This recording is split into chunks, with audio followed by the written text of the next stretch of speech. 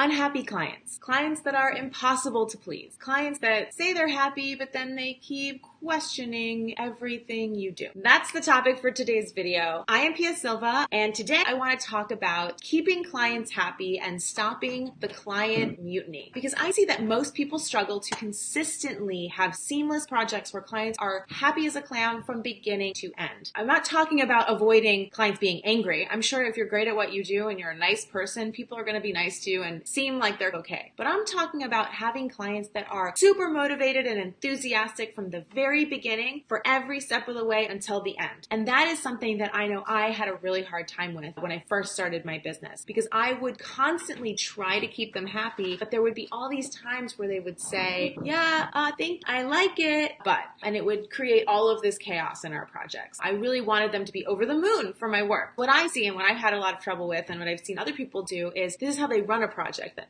you in that position. You start by saying, thank you for your interest. How can I help you? What can I do for you? The client says, oh, I need this and that. You say, okay, great. I can do all those things for you for this much money. And they say, okay, great. And then you start the project and you do all those things and you say, what do you think? And then the client says, oh yeah, it's great, but blah, blah, blah, blah, blah, blah, blah. I need this, this, and this changed. Okay. Then you go back and you do it again and again. And sometimes projects go wildly out of scope. We talk about scope creep a lot here because scope creep is a big problem for most solopreneurs. What happens in this situation, and I've done this, is that you're trying to do everything right. You're trying to make the client as happy as possible. You're bending over backwards, doing more than you promised, and they still aren't super excited about it. They're fine at the end and they're happy with the work, but they're not as excited as they were when it first happened. Why does this happen? This happens because I have found that most people, myself included back in the day, forgot something really huge about the situation. The client only knows half the story when they're coming into this project. I came up with this metaphor that I think perfectly illustrates this point. The client is like the captain of a ship who has heard about some beautiful island, somewhere that they want to go, somewhere far away. They don't really know where it is exactly and they don't really know how to get there, but they find you and they hire you to get them there. They tell you about this beautiful island that they want to go to, and you know where the island is. So you say, I can take you there, let's go. And that's why everyone's so excited and enthusiastic at the beginning of a project. But then you're sailing along and the client starts to have this feeling like, I don't think we're going in the right direction. I feel like we should turn here. Hey, can we go that way instead? And since you want them to be happy and they asked you to make a turn, you say, yeah, okay, sure, we can turn. We can go this way instead. So that's how the project ends up going. So now you're making left turns and right turns just because the client's asking you to do it. And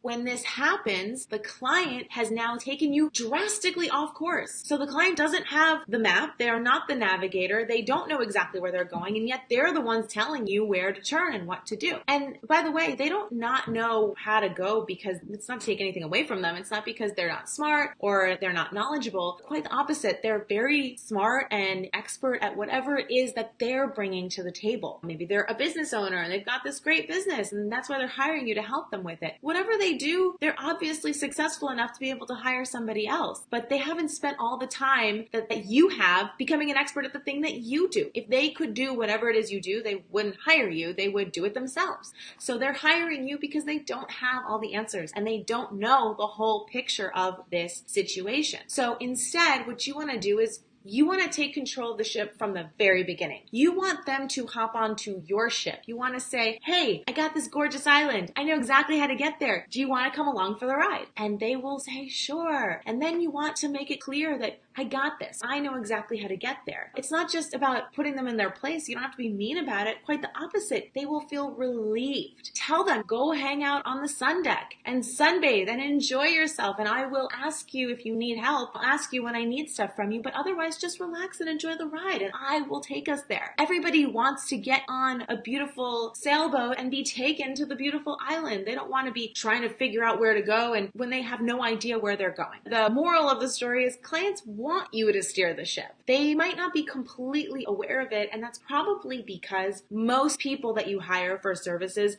don't know how to steer the ship. So most people, when they hire others, they're used to having to question things and say, I don't know if we're going in the right direction. and maybe we should change course or whatever it is. But if you're truly the captain of the ship, you are going to run the project, you're going to steer the ship with knowledge and confidence and skill, and you're going to do it effectively by having a very clear process that will show them that you know where you're going. So if I got on a ship and the captain had a clear plan for us and told me confidently, I know exactly how to get where you're trying to go, I would be relieved and I wouldn't have to question them every few days. Are you sure we're going in the right direction? Which would drive me nuts as the captain, right? So here are a couple of things I want you to ask yourself to see if you are or aren't doing this. Because if you're not sure, maybe you think you are the captain of the ship. After all, maybe your clients seem like they're happy. What do you know? If you aren't sure if you're the captain of the ship or not, I want you to ask yourself a few questions. Have you ever had to reference your contract to your client?